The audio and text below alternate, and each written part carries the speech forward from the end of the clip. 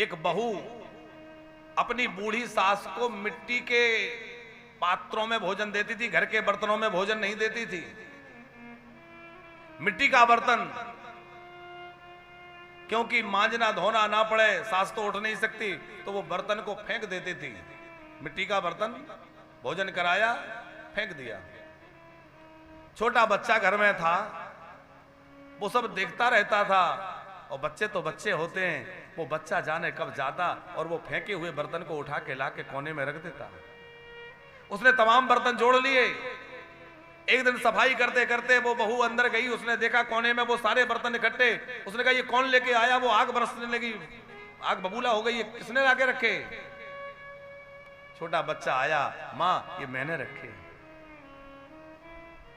पर क्यों रखे? क्यों उठा के लाया? ये क्या करेगा इनका?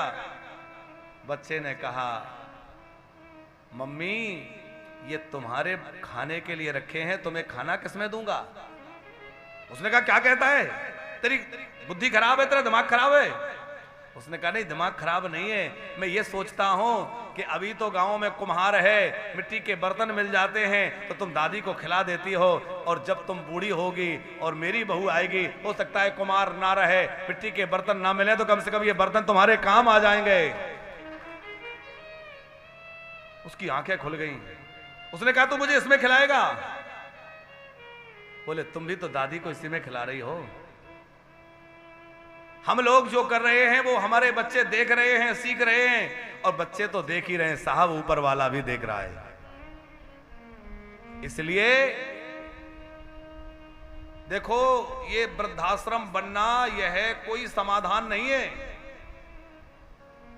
ये बन रहे हैं, ये मजबूरी है, बन रहे हैं, ठीक है, हम उनकी निंदा नहीं करते, पर हम प्रार्थना ये करते हैं कि ऐसा समाज में माहौल बनना चाहिए कि वृद्धाश्रमों की आवश्यकता ही ना पड़े, किसी बुजुर्ग को वृद्धाश्रम जाना ही ना पड़े।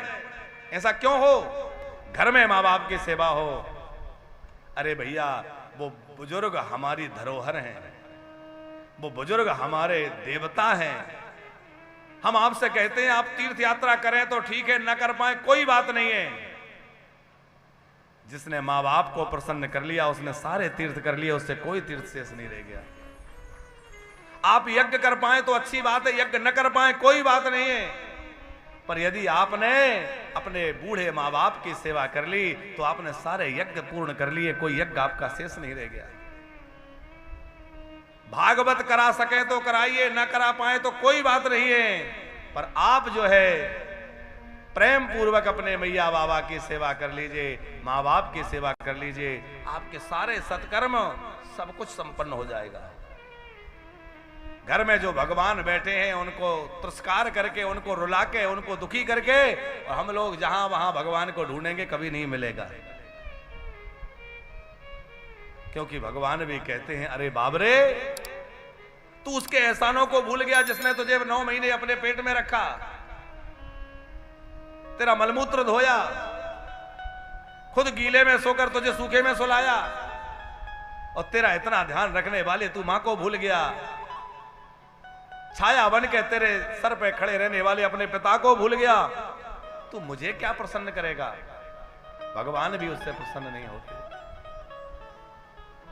इसलिए भैया अपने बूढ़े माँ बाप की कद्र किया करो। जिनके माँ बाप अभी बैठे हैं वो उनकी कद्र करें, उनका सम्मान करें।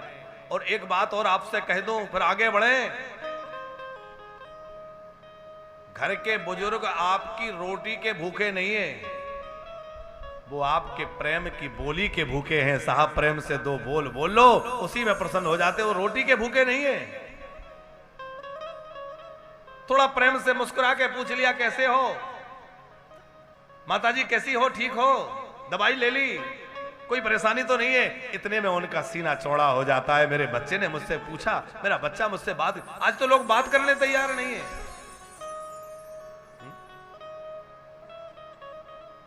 अच्छा, ऐसा भी है बहुत घरों में कि बच्चे सेवा करना चाहते हैं, सारे बच्चे नालायक नहीं है, सेवा करना भी चाहते हैं, पर परिस्थितियां ऐसी बन गई कि सेवा चाह के भी नहीं कर पा रहे। हालात ऐसे बनते जा रहे हैं, दूर दराज नौकरियां, फिर अभी हमने जो बात कहा था कि जो बेटी बहू बनकर के आती है वो जल्दी से उन माँ बाप को स्वीकार नहीं कर पाती है। ये बहुत बड़ी समाज में एक समस्या बनती जा रही है। बहू को सबसे ज्यादा तकलीफ सास ससुर से है, और सास ससुर उस बहू को अपनी बेटी बना के रखे। देखो गलतियां दोनों तरफ से होती, हम किसी एक को दोषी नहीं ठहराते, लेकिन माँ बाप के बड़े अरमान हैं, आखिर वो आपके बड़े हैं। यदि वो कोई गलती गड़बड़ हो भी रही है तो आखिर बड़े हैं, थोड़ा हम झुक जाएं तो क्या फर्क पड़ता है। तो झुकना तो छोटे को चाहिए, बड़े तो बहुत झुकते हैं, बहुत एडजस्टमेंट करते हैं। फिर भी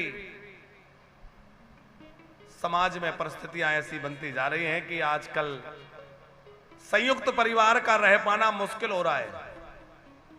ऐसे में बुढ़ापे में एक अकेलापन जो बुढ़ापा में बुजुर्गों के है, उसका फिर एक समाधान वानप्रस्थ के रूप में हम लोगों ने निकाला। देखो ये भजन के लिए बहुत अच्छा है, बुढ़ापा बिताने के लिए बहुत अच्छा है, लेकिन हम तो बार बार यही कहते हैं कि भैया घर में रह के बुजुर्गों की सेवा हो, ये सबसे अच्छा है। बच्चों के लिए तो वही सबसे बड़ा कर्तव्य है। हाँ, माँ बाप यदि चाहें कि अब हमें ब्रजवास करना है, तीर्थ में वास करना है, भजन करना है, तो उनके लिए व्यवस्था है,